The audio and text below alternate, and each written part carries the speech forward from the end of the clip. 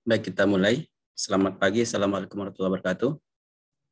Waalaikumsalam Waalaikumsalam warahmatullahi warahmatullahi wabarakatuh. wabarakatuh. Alhamdulillah, semoga kita semua selalu dalam keadaan sehat. Ya, kita mulai kuliah kita pada hari ini tentang metode pemuliaan dan seleksi untuk tanaman menyerbuk silang.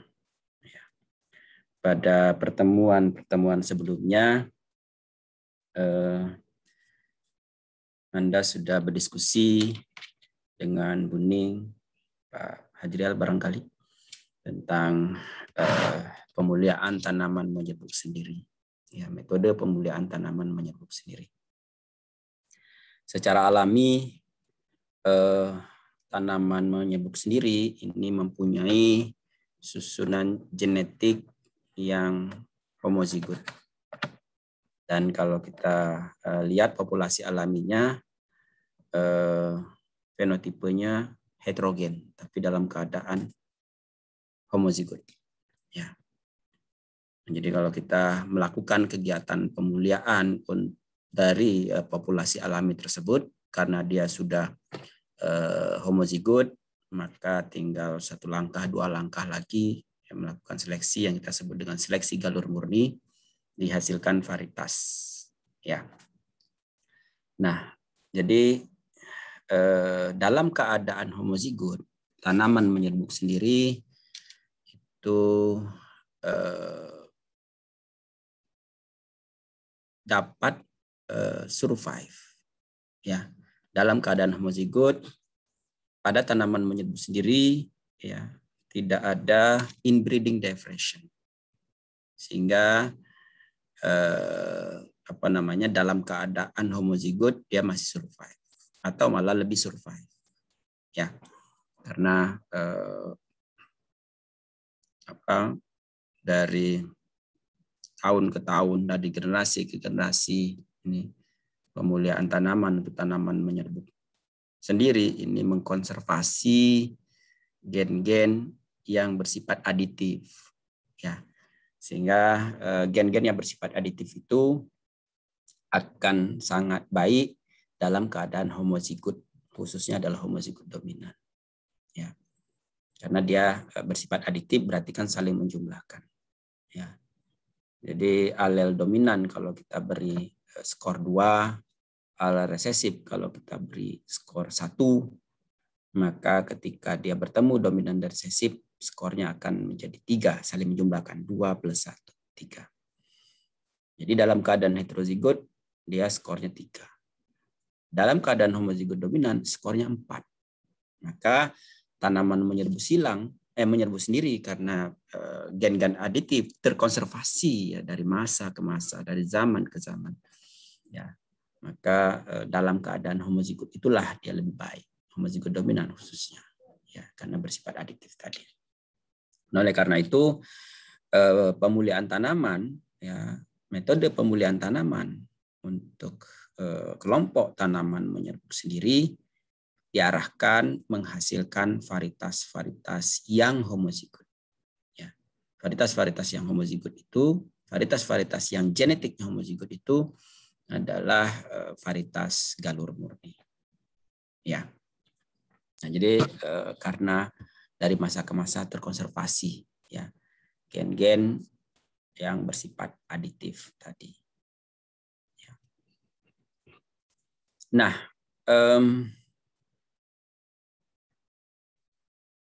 apa yang disebut dengan tanaman menyerbuk sendiri? Kelompok tanaman menyerbuk sendiri itu jika 95% ya, terjadi penyerbukan sendiri, jatuhnya polen ke kepala putik pada bunga yang sama, atau kalaupun bunga berbeda, ini pada tanaman yang sama, ya, sehingga mengalami inbreeding, ya, mengalami homozigositas yang tinggi. Inbreeding tidak ada masalah kalau tidak ada depression. Jadi inbreeding depression itu menjadi masalah. Nah, dengan demikian karena persentase penyerbukan sendirinya yang tinggi, kelompok tanaman menyerbuk sendiri itu mempunyai 95% peluang terjadi penyerbukan sendiri. Ya. Nah, pada perkembangannya kalau misalnya tanaman menyerbuk sendiri ini ternyata digunakan juga untuk mengkonservasi gen-gen yang dominan atau overdominan sehingga muncullah varietas hibrida, maka berarti harus mencari kelompok-kelompok tanaman yang keluar dari 5% itu. Kelompok-kelompok tanaman yang persentase penyerbukan silangnya besar, yang kita sebut dengan kelompok tanaman intermediate jadinya. Ya. Jadi kalau tanaman-tanaman yang menyerbuk sendiri terkonservasi seperti itu, berarti kita harus kembali ke tanaman-tanaman yang purba, tanaman-tanaman dulu yang sebelum dilakukan kegiatan pemulihan tanaman. Di sana biasanya masih ada gen-gen yang berbeda dengan yang ada sekarang. Sehingga kembali ke tanaman-tanaman itu untuk mengumpulkan aksi-aksi gen yang tidak sama dengan aksi gen yang sekarang. Jadi aksi gen yang dominan. Sehingga kalau misalnya padi akan menjadi padi hibrida, maka harus dicari gen-gen yang mempunyai peluang penyerbukan silangnya besar ya untuk membuat varietas hibrida. Ini yang disebut dengan tanaman intermediate. Ya, tanaman intermediate yang dari pergerakan dari tanaman menyerbuk sendiri. Jadi kalau misalnya dia lebih dari 95%, maka berarti dia termasuk intermediate. Kalau lebih dari 95% penyerbukan sendirinya, tanaman menyerbuk sendiri. Sehingga kita perlu geser. Tanaman-tanaman tertentu karena mahkota bunganya dan lain sebagainya terjadi penyerbukan silang lebih besar, maka secara alami dia memang sudah menjadi intermediate. Jadi misalnya cabai itu adalah intermediate. Ya.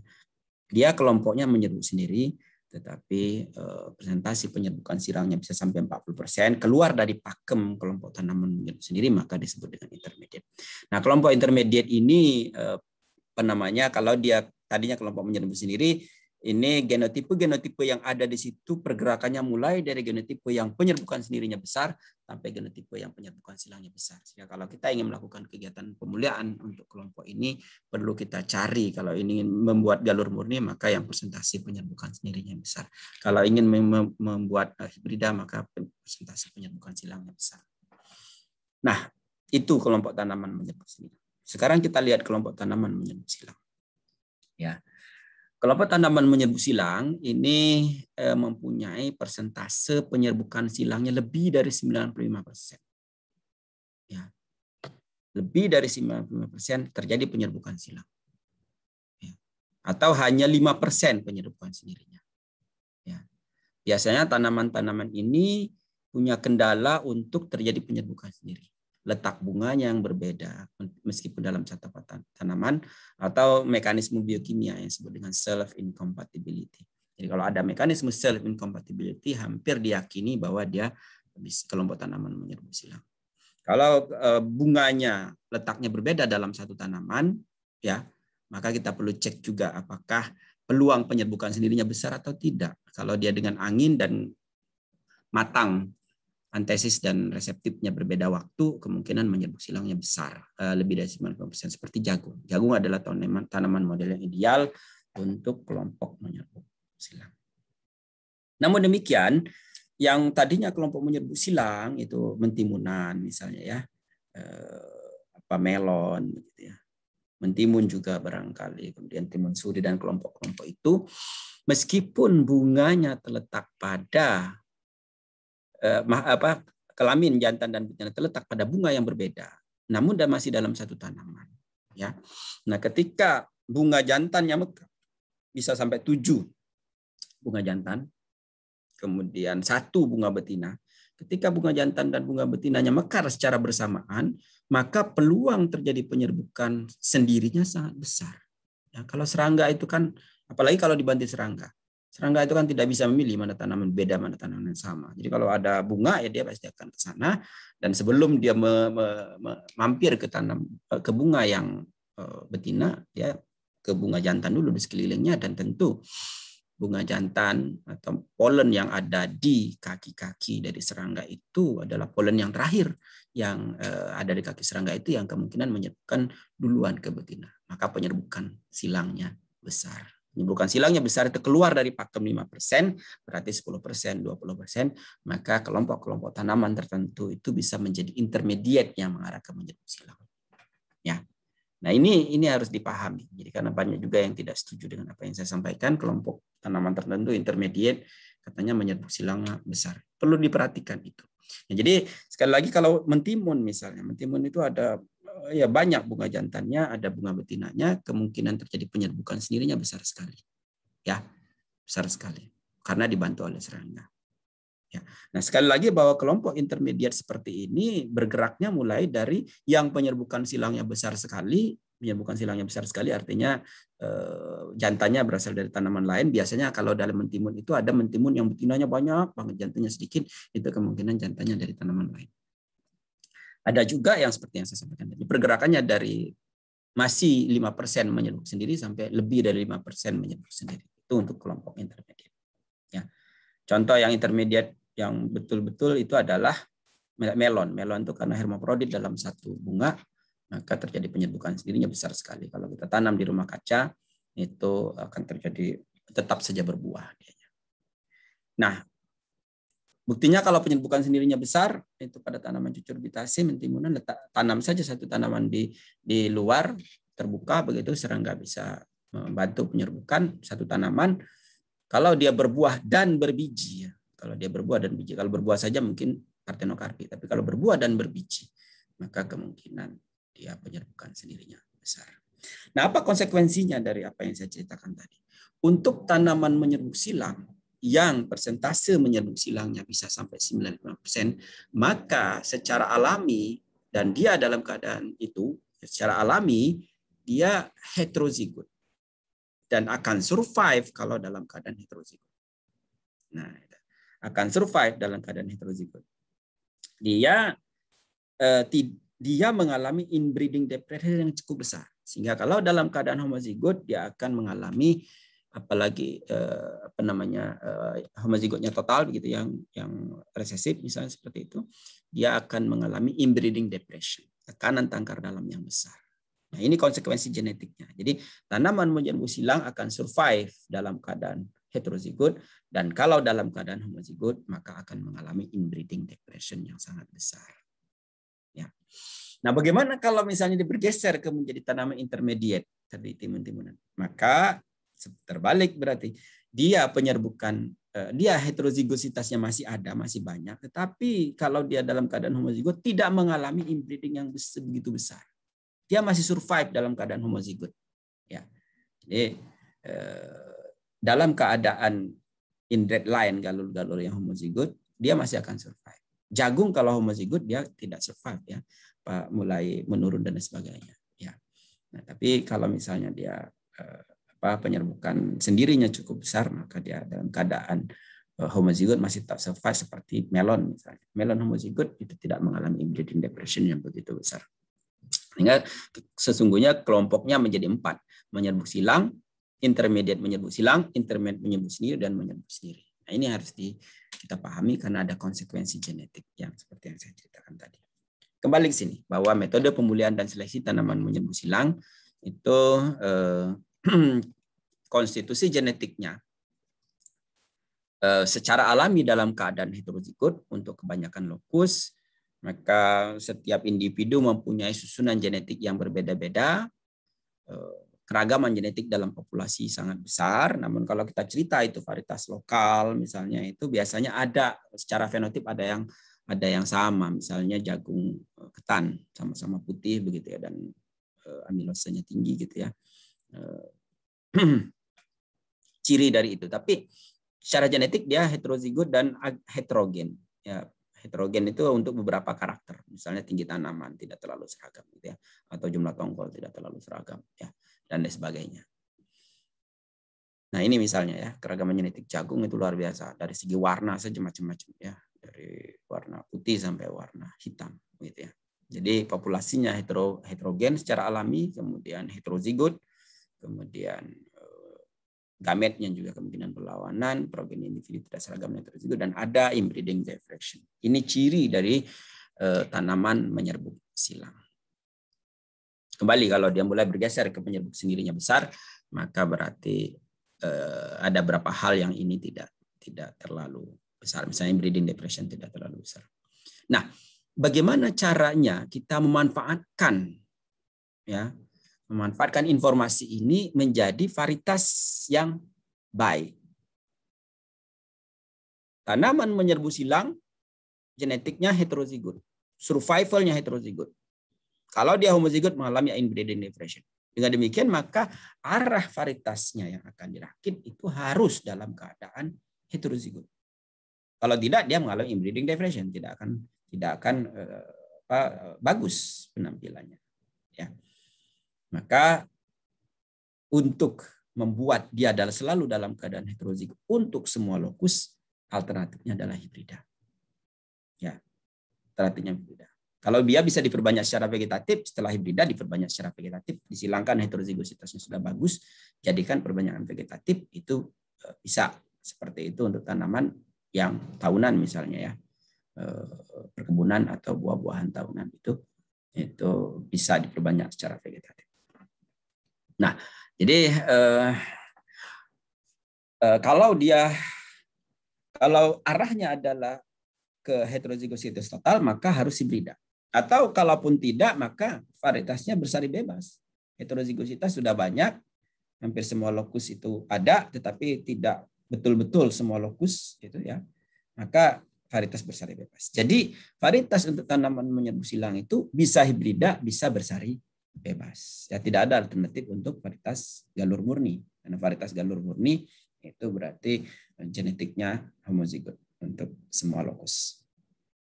Nah, jadi bagaimana caranya agar pada generasi yang kita tanam itu dalam keadaan heterozigot, ya. Jadi varietas baru yang seragam total itu dalam keadaan varietas si hibrida. Ini varietas jagung manis misalnya, ada jagung ketan semuanya kuning gitu. Ini harus kita lihat juga. Jadi ada beberapa gen yang harus dalam keadaan homozigot resesif. Misalnya jagung harus ada dalam keadaan homozigot. Di lain pihak dia akan survive dalam keadaan heterozigot. Maka harus dirancang sedemikian rupa. Pemulihan jagung manis harus dirancang agar dia tetap manis, tapi genetik-genetik yang lainnya dalam keadaan heterozigot. Karena kalau kemanisannya heterozigot juga menjadi tidak manis. Ya, 1 kromosom dalam keadaan heterozigot, 9 kromosom yang lain dalam keadaan heterozigot. 1 kromosom dalam keadaan homozigot resesif ini untuk mengendalikan kemanisan, kromosom yang lain, 9 kromosom yang lain karena 10 kromosom jagung itu dalam keadaan heterozigot. Ya. Ini juga begitu. Jagung ketan itu dalam keadaan homozigot resesif, dia akan putih dan pulen, ya. Jagung hitam misalnya dan lain sebagainya. Ada pertanyaan? Dari sini.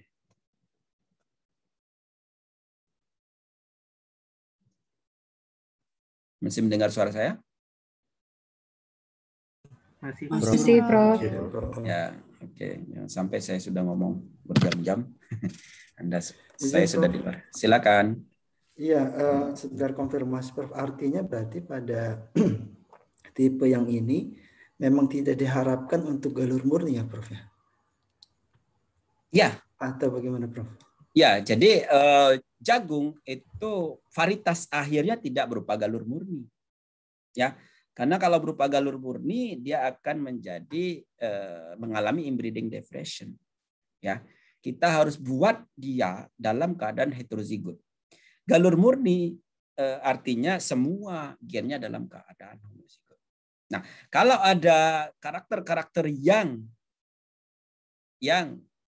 dikendalikan oleh genotipe homozigot, misalnya jagung ketan, jagung manis, itu kan karakter kemanisan itu di kromosom nomor 3, nomor 5 harus dalam keadaan homozigot. Maka harus disiasati bahwa kromosom nomor 3 itu harus dalam keadaan homozigot, kromosom yang lain harus heterozigot. Bagaimana itu bisa dilakukan? Apalagi kalau sudah 2 gen pengendali kemanisan itu misalnya nomor 3 dan nomor 5, maka 2 kromosom itu harus dalam keadaan homozigot. Nah, dengan demikian maka ada kelemahannya. Jagung manis itu daya survivalnya masih lebih rendah dibandingkan dengan jagung pakan. Jagung pakan produktivitasnya tinggi, tongkol besar sebagainya.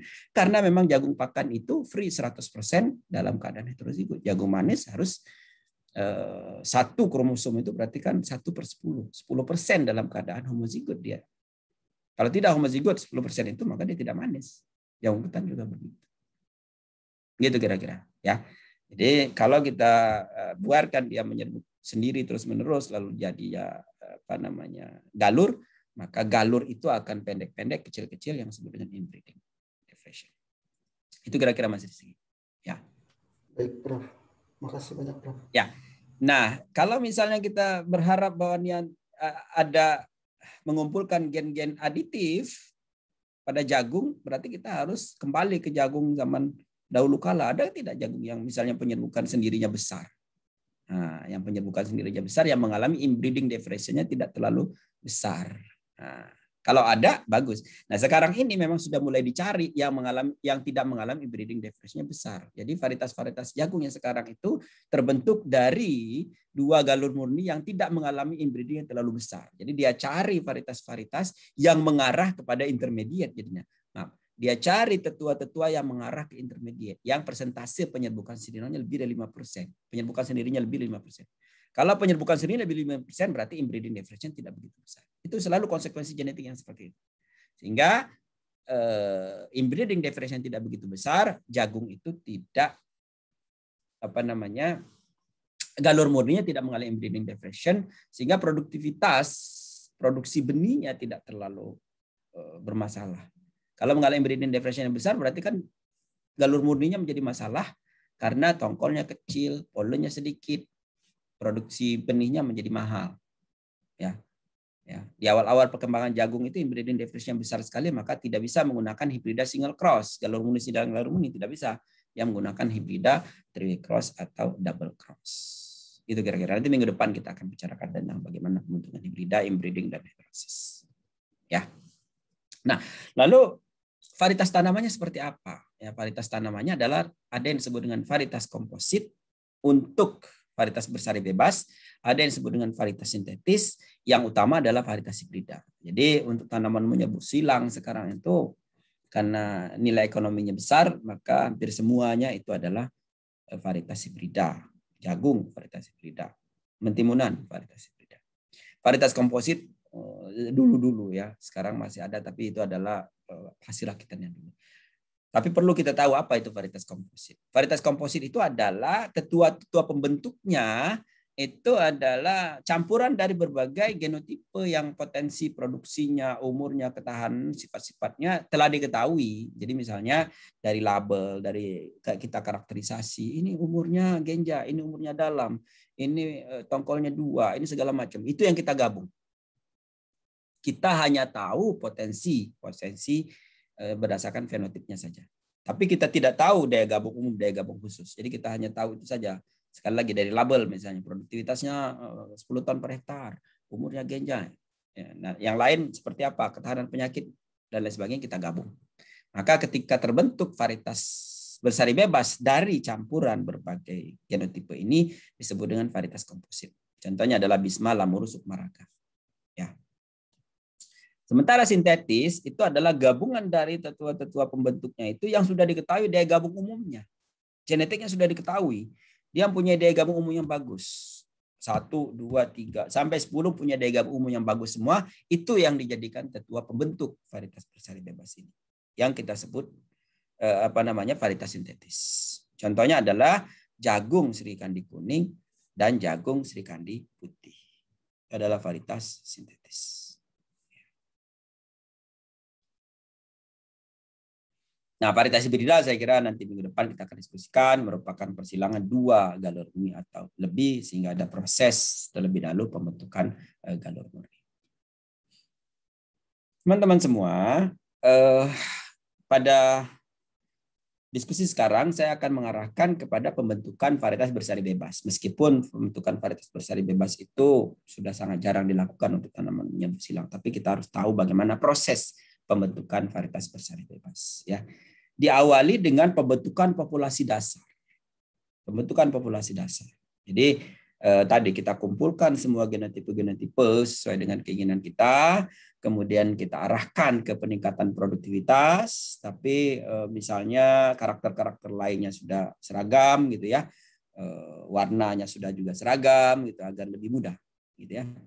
Ini misalnya kuning-kuning semua, putih-putih semua, atau ungu-ungu semua. Yang kita tingkatkan adalah produktivitas misalnya, atau nilai yang lain agar tidak susah.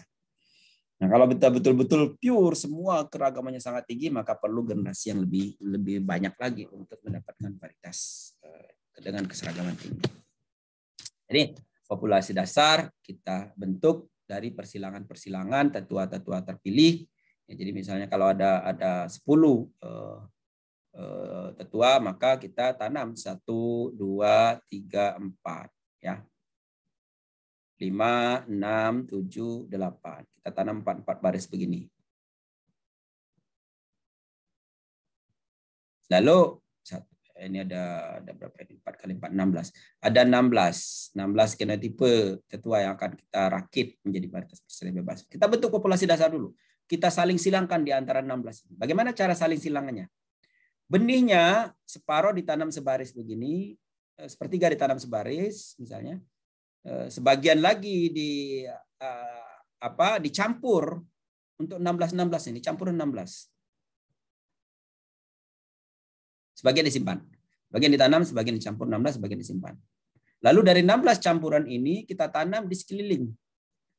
Masih setiap 4 baris ada 1 tanaman yang merupakan campuran yang nanti kita gunakan sebagai jantan. Sekeliling ya, dikelilingin semua. Ini sebagai jantan. Ketika benang sarinya sudah muncul, maka ini lakukan data seling untuk betina. Jantannya betul-betul dari campuran dari benih-benih yang 16 tadi. Begitu. Ya. Lalu kemudian terjadi saling silang di antara mereka. Tidak terjadi selfing di sini. Setidaknya terjadi saling silang walaupun dia sumbangan benih di sini, silangan antar saudara. Ya, tidak terjadi selfing. Ya, panen lagi barisan ini. Masing-masing baris panen lagi, jadikan 16 lagi. Ya, tidak 16 sebetulnya bisa 100 ya. Kemudian saling silangkan lagi. Ya, panen lagi, saling silangkan lagi. Panen itu artinya panen, simpan, campur, tanam. Simpan, campur, tanam. Saling silangkan lagi. Kapan kita berhenti saling silang? Ketika antar baris-baris ini sudah tidak bisa dibedakan genotipenya karena bercampurnya itu. Ya, sudah tercampur semuanya. Ya. Jadi setiap ini kan tadinya barisnya mempunyai karakteristik sendiri-sendiri setiap genotipe itu. Ya, ada yang tongkolnya 2, ada yang tongkolnya 1, sebaris itu tongkolnya 1, sebaris tongkolnya 2, sebarisnya lagi tongkolnya lebih banyak, misalnya dan seterusnya. Kemudian pada siklus kedua masih tetap seperti itu, siklus 3, siklus keempat baris pertama yang tadinya tongkolnya 2 sudah mulai ada tongkol 1, ada tongkolnya 3. Baris kedua yang tadinya tongkolnya 1 sudah ada tongkol 2, tongkol 3, terus sampai baris ke-16 sudah seperti itu semua, tidak bisa dibedakan satu dengan lain, maka itulah yang disebut dengan populasi dasar. Tidak bisa dibedakan antar genotipe, semua sudah beragam semua. Itu yang disebut dengan populasi dasar. Dari populasi dasar itulah nanti kita akan melakukan kegiatan metode berikutnya, metode seleksi untuk tanaman yang menjemput silang.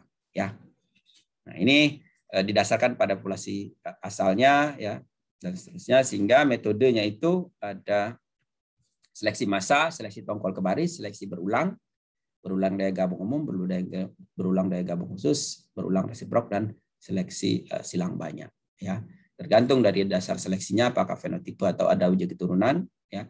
Kemudian pengendalian penyerbukannya, apakah salah satu tetuanya diketahui, apakah ada uji keturunan dan sebagainya, maka kita akan lihat bahwa metode pemulihan menyerbu silang untuk menghasilkan varietas persilihan bebas dari ini. Nah, Bapak Ibu semua, ini ini sangat berbeda dengan tanaman menyerbu sendiri. Kalau tanaman menyerbu sendiri, semakin dia homozigot, F8, F9, F10, F11, F12 sampai nama pesawat F16 begitu ya. Itu semakin baik. Semakin homozigot semakin baik. Ya. Semakin homogen, semakin seragam. Tanaman menyerbu silang tidak demikian. Ya. Hati-hati. Jadi karena nantinya ada siklus-siklus tadi, siklus pemuliaannya, maka bisa ada puncak produktivitasnya atau karakter yang kita harapkan. Misalnya pada garis ini, pada garis yang ini,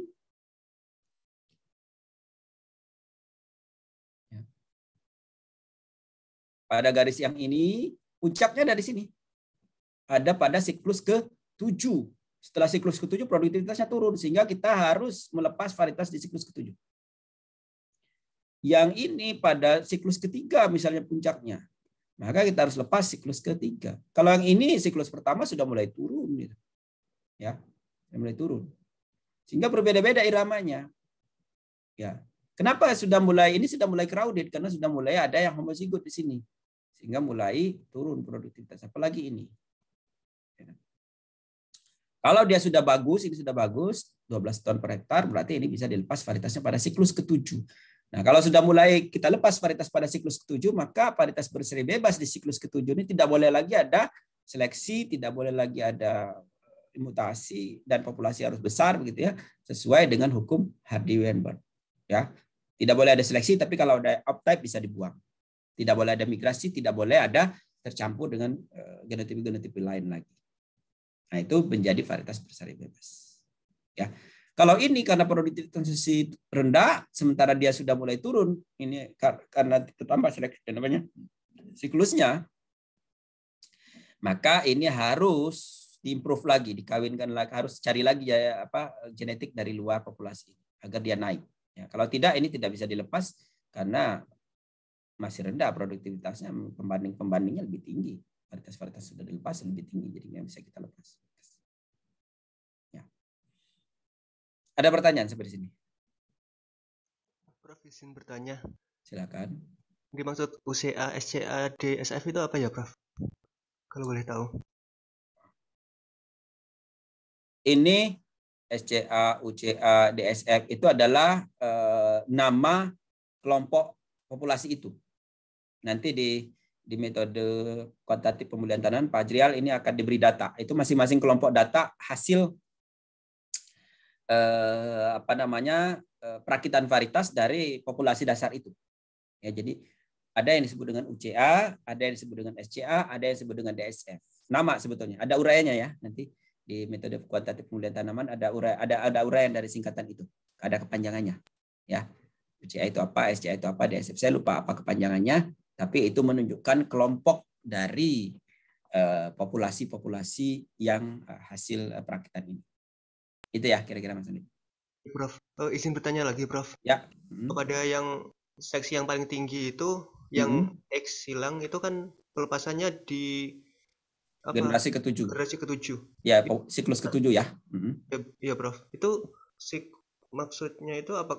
Nanti perbanyakannya gimana ya, Prof? Apakah perbanyakan yang dari 7 itu diperbanyak atau gimana? Saya agak bingung. Apakah yang maksudnya kan ya kalau 10 kan semakin turun seperti itu, Prof? Ya. Nah, ini uniknya menyerbu silang. Kalau Anda selesai melakukan kegiatan di siklus 1, siklus 2, siklus 3, siklus 4, kalau belum diseleksi, dievaluasi, maka ini harus disimpan benihnya. Kita belum evaluasi. Kalau kita mau evaluasi serentak begini, ya. Atau sudah dievaluasi di sini memang produktivitasnya misalnya masih ada peningkatan, maka nggak apa-apa kita terus. Tapi kalau sudah mulai turun, kita harus mundur pada populasi sebelumnya, gitu ya.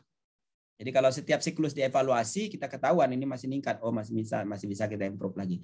Tapi kalau sudah mulai turun di siklus ke-8 sudah mulai turun, maka kita akan kembali ke siklus ke-7. Kita ambil lagi benih-benih yang kita seleksi di musim sebelumnya. Paham ya? Kita ambil benih-benih yang ada di siklus pada musim sebelumnya. Benih itulah yang diperbanyak, harus mengikuti hukum Hardy-Weinberg. Populasi harus besar, tidak ada migrasi, tidak ada seleksi, tidak ada mutasi. Ya, tidak ada migrasi berarti kita harus tanam terisolasi. Tidak ada seleksi, kalau seleksi yang disebut dengan seleksi itu kita mengambil lebih banyak daripada yang ditinggalkan. Nah, kalau tidak ada seleksi, kalau misalnya masih ada perbedaan untuk memurnikan saja, nggak apa-apa, kita buang perbedaan itu off type-nya. Itu nggak apa-apa. Ya, tidak ada migrasi dari gen yang lain, kita harus tanam terisolasi. Populasi harus besar, populasi harus besar itu minimal 1.000 tanaman. Nah, untuk seperti itu tinggal kita jaga keseragamannya, kita buat keseragamannya dengan membuang yang off type tadi, jadilah dia varietas. Kira-kira gitu Mas Andi. Oh, baik, Prof, sangat dipahami. Terima kasih banyak, Prof. Ya, sama-sama. Jangan sampai di siklus ke-10 ya. Siklus 10 sudah, jangan sampai kita hilang di siklus ke-7, hilang benihnya siklus 10 sudah rendah produktivitasnya. Kita rugi di situ. Ya, kita rugi di situ. Izin, Prof. Silakan Mas Rizky. Iya, saya masih kurang paham yang terkait. Tadi kan di awal pembentukan populasi dilakukan dengan cara menyilang bebas, Prof ya. Betul. Tapi di situ dikatakan bahwa ada waktu di mana sampai titik dia menghasilkan suatu kondisi sifat yang seragam. Nah itu saya masih kurang bisa mengkorelasikan antara dua pernyataan itu, Prof. Mohon Ya. penjelasannya, Prof. Nah, jadi pada saat kita membentuk populasi dasar kan keragamannya tinggi tadi.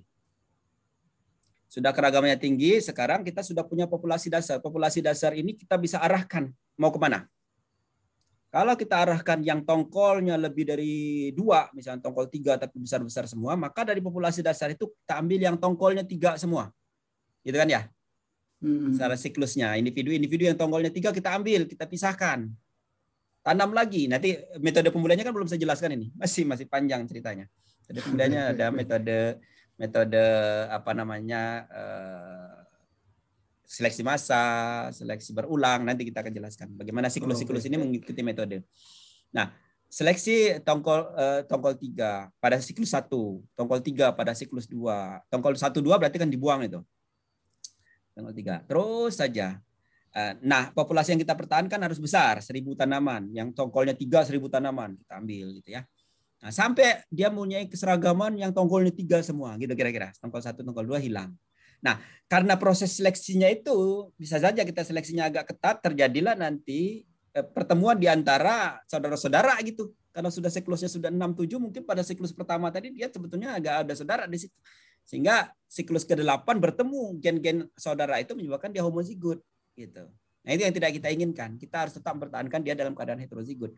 Yang siklus ke-7 ini mungkin heterozigositasnya total, tapi sudah mulai relatif seragam, ya, tidak mengalami inbreeding depression. Kira-kira Mas Rizky. Oke, baik, Prof. Nah baik, kita masuk ke metode seleksinya. Nah, jadi dari populasi dasar misalnya kita lakukan seleksi massa. Dasar pemilihannya apa? Individu. Fenotip. Ambil fenotip yang mirip. Dia kawinnya secara acak kan. Ambil yang mirip, ya. Kemudian dilanjutkan pada generasi berikutnya. Ya. Ambil yang terbaik. Nah, gitu kan. Kalau produktivitasnya tinggi, tongkolnya besar ini. Nah, jadi seleksi massa itu mudah dilaksanakan. Murah pula. Pada populasi besar dapat menekan inbreeding depression. Tapi kelemahannya satu populasi besar itu hanya dapat satu varietas karena dia kan saling silang. Kalau kita ingin mendapatkan beberapa varietas dari populasi dasar tadi, maka harus ditanam di beberapa tempat. Likopo 1, Cikabayan 1, Pasir Sarongge 1. Karena satu populasi nanti dapat satu varietas. Misalnya populasi 1 tongkolnya 3. Populasi yang kedua misalnya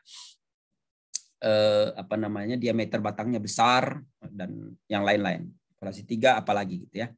Sehingga kita harus memisahkan itu. Karena dari satu tempat jadinya satu varietas nanti. Terjadi saling silang di antara itu.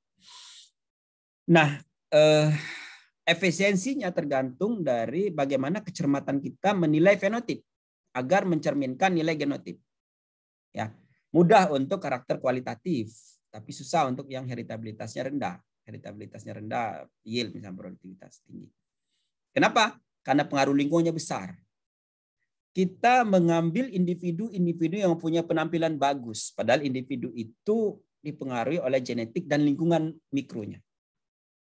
Kalau kita nanam di Likopo, apalagi kalau kita menggunakan petak-petak yang berbeda-beda, bekas penanaman ada bekas penanaman cabai, ada bekas penanaman singkong, bekas penanaman mahasiswa sebelumnya gitu ya, singkong, cabai dan kacang-kacangan. Maka petakan-petakan itu punya kesuburan yang berbeda-beda. Lalu kita tanam serempak, ketika kita panen, ketika kita pilih, jangan-jangan yang terpilih semua dipetakan cabai semua. Kenapa? Karena petakan cabainya pupuknya banyak. Tiap seminggu 2 kali pupuknya. Subur banget. Dia penampilannya bagus. Terpilih saja semua di situ. Yang petakan singkong nggak ada yang terpilih. Karena pupuknya kurang. Meskipun kita pupuk juga sekarang, tapi yang pupuknya jagung itu lebih baik penampilannya. Nah, maka harus hati-hati untuk yang karakternya kuantitatif dipengaruhi oleh lingkungan dalam melakukan seleksi. Bagaimana caranya agar kita bisa mengendalikan lingkungan? Kita harus buat dia sebaris-sebaris gitu ya. Itu yang tidak kita sukai dari seleksi mahasiswa dengan tes dulu ya, waktu zaman saya kan tes, ambil 4.000, ambil 1.000 terbaik diambil semua dari Jakarta, dari Bogor, dari pelosok Nusantara, dari negeri entah berantah tidak dikenal. Ketika diambil 1.000 yang terbaik, ya dapatnya Bogor, Jakarta saja semua ya, kota-kota besar, karena mereka punya akses, punya tempat belajar yang bagus, begitu ya. 1.000 terbaik tadi, ini zaman saya ya. Maka itu tidak efektif. Maka IPB menerapkan seleksinya seleksi USMI, undangan seleksi. Setiap sekolah diambil semua. Dari setiap sekolah itu diseleksi, setiap sekolah diambil 10%, begitu ya. Nah, itu sistem USMI itu yang digunakan berbagai perguruan tinggi sekarang. Karena mereka pengaruh lingkungannya di setiap lingkungan seleksi di antara mereka, gitu ya. Kemudian dilihat sistem macam-macam belajar dan lain sebagainya. Ya. Jadi seleksi massa itu akan efektif kalau misalnya kita memodifikasi lingkungan sedemikian rupa, kemudian kita seleksi individu-individu pada lingkungan yang seragam tersebut. Jadi petakan dibagi menjadi lebih kecil-kecil, setiap petakan itu ditanam sebaris, 100 tanaman misalnya setiap baris, kemudian 10% dari situ diambil yang terbaiknya, kemudian dicampur dengan yang lain-lainnya tadi, sehingga dapat 10% dari total. Itu kira-kira. Ya. Beda ya kalau 1 hektar kita ambil 10% tadi, jangan-jangan petakan bekas cabai saja yang dapat tadi. Beda dengan sistem ini. Kita bagi-bagi lalu kita ambil 10% masing-masing petakan kecil tadi, sehingga secara total tetap 10%, tetapi lalu dia mewakili lingkungan-lingkungan mikro tadi. Kira-kira itu ya. Ada pertanyaan mengenai seleksi massa?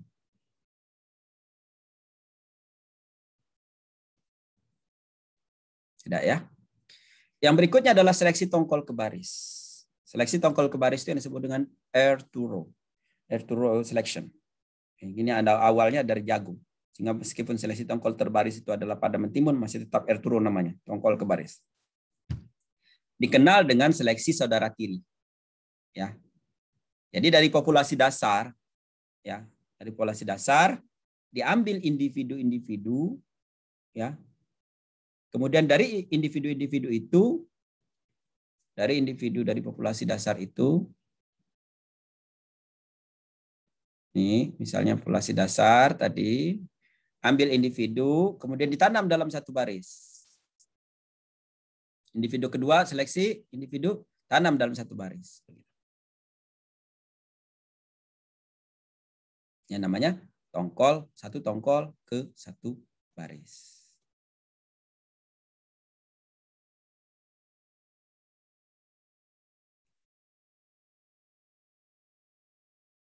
Nah, jadi efektif untuk sifat yang heritabilitasnya tinggi bisa dimodifikasi dengan penekanan pada penggunaan ulangan dan uji keturunan.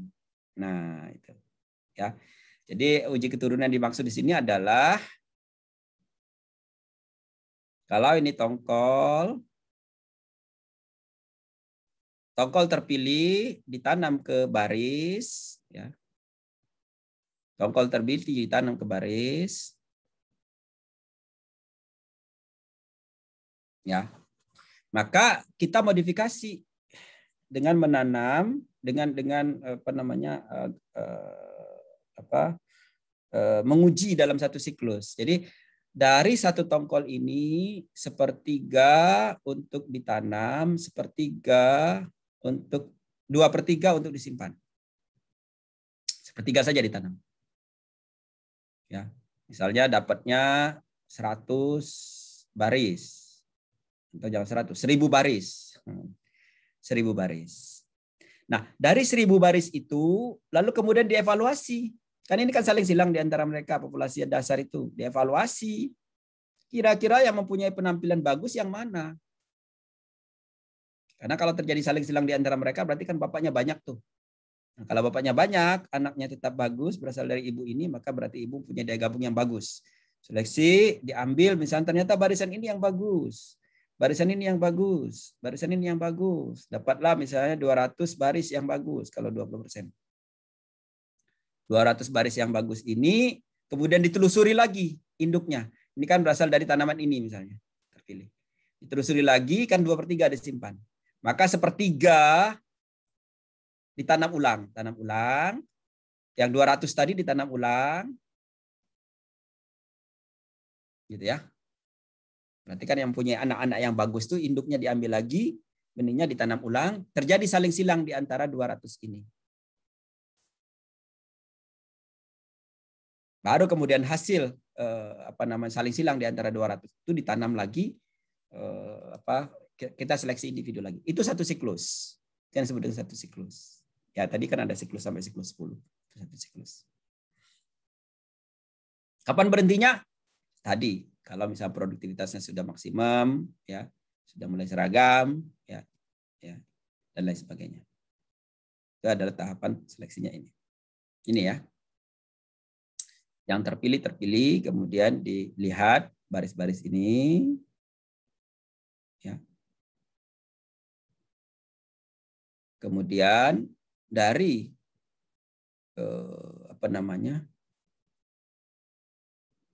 dari individu-individu terpilih, kan individu terpilih 1, 2, 3, 4, maaf, bukan individu ya, dari populasi-populasi terpilih ini juga besar. Kita kembali lagi ke asal muasalnya ini,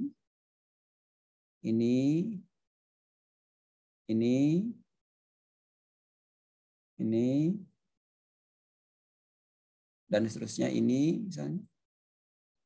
Ini kemudian ditanam saling silang terpilih. Itu kira-kira itu namanya tongkol ke baris.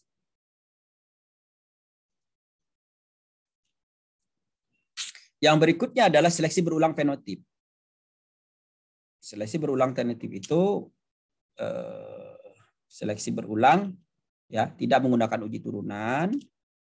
Setiap daur seleksi itu mengidentifikasi tanaman unggul secara individu agar terjadi kawin acak antar tahap seleksi bermanfaat untuk heritabilitas yang tinggi.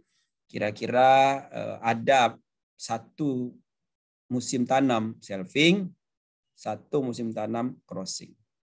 Ya, jadi itu satu siklus. 1 kali selfing, 1 kali crossing. Ini individu-individu dari populasi dasar ditanam di sini. Kemudian dilakukan selfing, individu-individu itu. Dari individu-individu selfing ditanam dalam satu baris. Ya, individu-individu terpilih dan selfing tanam satu baris. Nah, kemudian barisan-baris ini diharapkan terjadi saling silang. Agar tadi terjadi saling silang murni, maka setiap 4 baris ditanam penjantannya. Kelilingnya. Dari mana penjantannya? Penjantannya adalah campuran dari tadi benih-benih ini. Sepertiga ditanam, sepertiga dijadikan penjantan, sepertiga disimpan. Ya, hasil seleksi dan selfing tadi sepertiga ditanam, sepertiga disimpan, sepertiga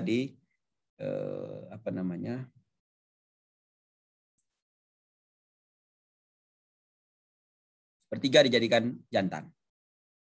Nah, kembali kita lakukan data seling, terjadi saling silang, maka dari hasil saling silang ini, ya, kemudian kita campur, tanam lagi individu-individu. Seleksi, selfing, saling silang lagi.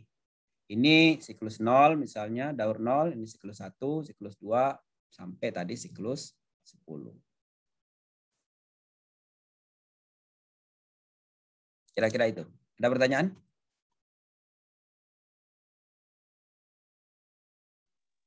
Prof, izin bertanya, Prof. Silakan. Untuk yang tadi, Prof, yang seleksi Arturo. Jadi nanti yang pas proses terakhir yang saling silang itu, Prof, berarti yang dari populasinya itu kita langsung campur saja ya, Prof, di satu lahan tersebut, atau dibariskan lagi, Prof? Sebaiknya dibariskan agar saling silangnya terkontrol. Jadi akan mirip itu tadi, berarti mirip seleksi berulang fenotip ya. Jadi dibariskan, ditanam sebaris-sebaris, terjadi saling silang begitu. Tetap dilakukan pemisahan seperti tadi, Prof, yang jantannya ya, berapa baris? Oh ya. Akan lebih baik seperti itu agar saling silangnya betul murni begitu. Oh ya. Baik, kemudian Prof, ditanam pada generasi berikutnya terjadi saling silang, kemudian ini. Jadi ini Arturo itu adalah di depan. Arturo itu bisa digunakan untuk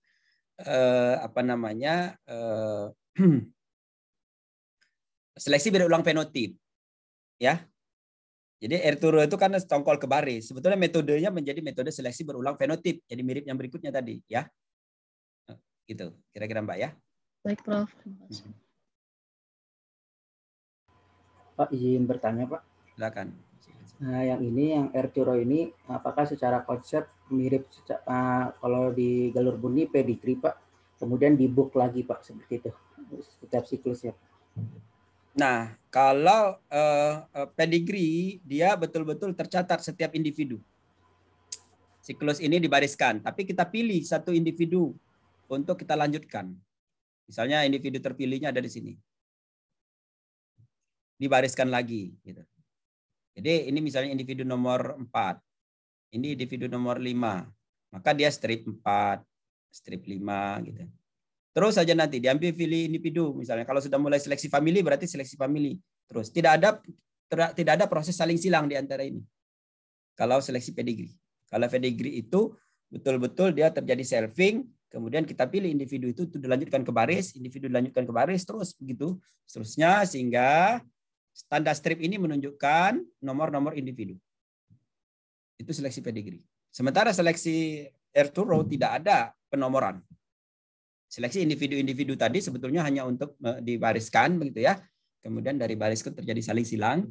Kemudian setelah saling silang, maka dia akan seleksi lagi begitu. Terus saja siklus. Tidak ada identitas individu di sini. Itu kira-kira Mas Mariza. Bedanya dengan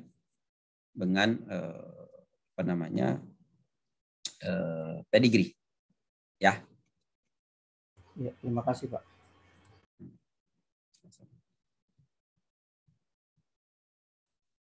Seleksi daya gabung umum. Nah, ini seleksi daya gabung umum ini sama dengan seleksi berulang fenotip.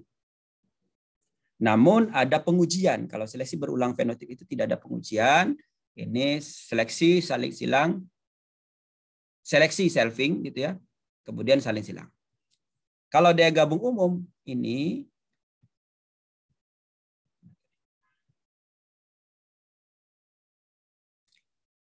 tanaman-tanaman terpilih dari populasi dasar tadi, kemudian di selfing tadi, kemudian hasil selfing tadi individunya, kemudian dites dulu. Disilangkan dulu dengan penguji. Pengujinya seperti apa? Pengujinya adalah paritas bersari bebas. Ini individu, ini individu, ini individu. Kemudian di selfing yang terpilih. Dari selfing terpilih tadi kemudian ditanam dalam satu baris. Ini ditanam dalam satu baris. Yang terpilih lainnya ditanam dalam satu baris. Ada 4 baris. Kemudian ada penjantan di sini di mana penjantannya adalah paritas bersari bebas. Bukan kumpulan dari tadi. Bukan kumpulan dari tetua-tetua terpilih ya. Bersari bebas. Nah, kenapa varietas bersari bebas? Karena varietas bersari bebas mempunyai susunan genetik yang berbeda-beda. Heterozigot, tapi heterozigotnya tidak seperti varietas hibrida. Jadi, setiap individu mempunyai susunan genetik yang berbeda-beda, sehingga ketika dia menyerbuki ini, ya, maka dalam satu individu tongkol ini, individu tongkol, itu akan mendapatkan polen dari macam-macam individu. Nah, polen dari macam-macam individu itu kemudian kita cek ya dari tongkol ini kita bariskan. Kalau misalnya ternyata satu baris ini anaknya bagus semua, padahal bapaknya beda-beda, berarti barisan ini terpilih. Barisan itu terpilih. Kemudian ada barisan lain lagi yang terpilih lagi, barisan itu yang akan dilanjutkan pada siklus berikutnya. Itu kira-kira. Ya. Jadi ada proses uji progeni dari hasil seleksi populasi dasar itu. Uji progeni memerlukan 2 kali penanaman. 1 kali penanaman persilangan, 1 kali penanaman pengujian. Nah, hasil pengujian itu kembali lagi ke individu di atasnya, itu kira-kira yang disaling silangkan. Jadi siklus ini agak penanamannya agak banyak. Setahun bisa cuma 1 siklus. Ya. Yang berikutnya adalah seleksi berulang daya gabung khusus. Ini mirip dengan seleksi berulang fenotip dan seleksi berulang daya gabung umum. Bedanya adalah seleksi berulang daya gabung khusus itu pengujinya adalah galur murni. Penguji pada saat kita nguji tadi itu adalah galur murni. Atau keturunan persilangan dua galur murni. Jadi hibrida. Kenapa galur murni? Karena hasil persilangan dengan galur murni itu akan menunjukkan daya gabung khusus. Ya, karena genetik dari galur murni itu sama. Jadi kalau dia baik dengan itu berarti dia daya gabung khususnya bagus. Maka disebut dengan seleksi berulang daya gabung khusus.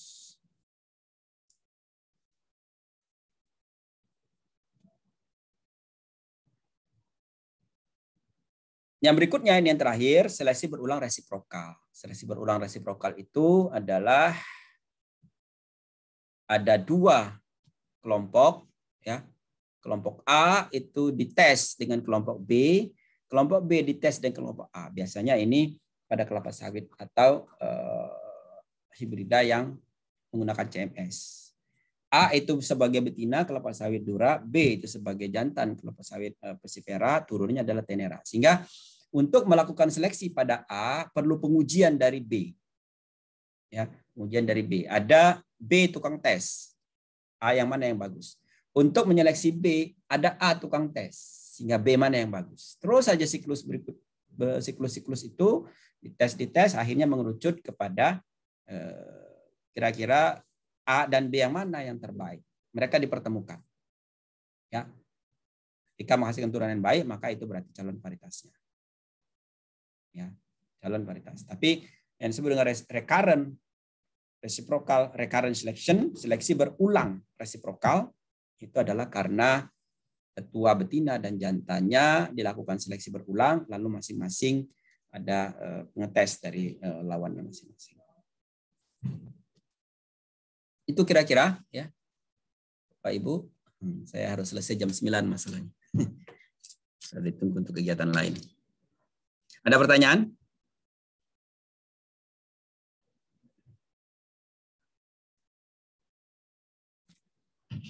Apakah masih mendengar? Masih, Prof. Masih. Baik. Kalau tidak ada pertanyaan lagi, kita cukupkan sampai di sini. Sampai ketemu minggu depan dan mohon dipelajari slide-nya kalau nggak salah sudah ada di course ya itu biasa ini LMS IPB ya. Kalau ada pertanyaan atau kalau ada yang ingin didiskusikan lebih lanjut, minggu depan kita akan diskusikan lagi ya, dengan lebih leluasa. Ya, kita cukupkan sampai di sini. Terima kasih atas perhatian semuanya. Assalamualaikum warahmatullahi wabarakatuh. Selamat pagi. Waalaikumsalam warahmatullahi wabarakatuh. Terima kasih, Prof. Terima kasih, Pak. Terima kasih, Pak. Ya.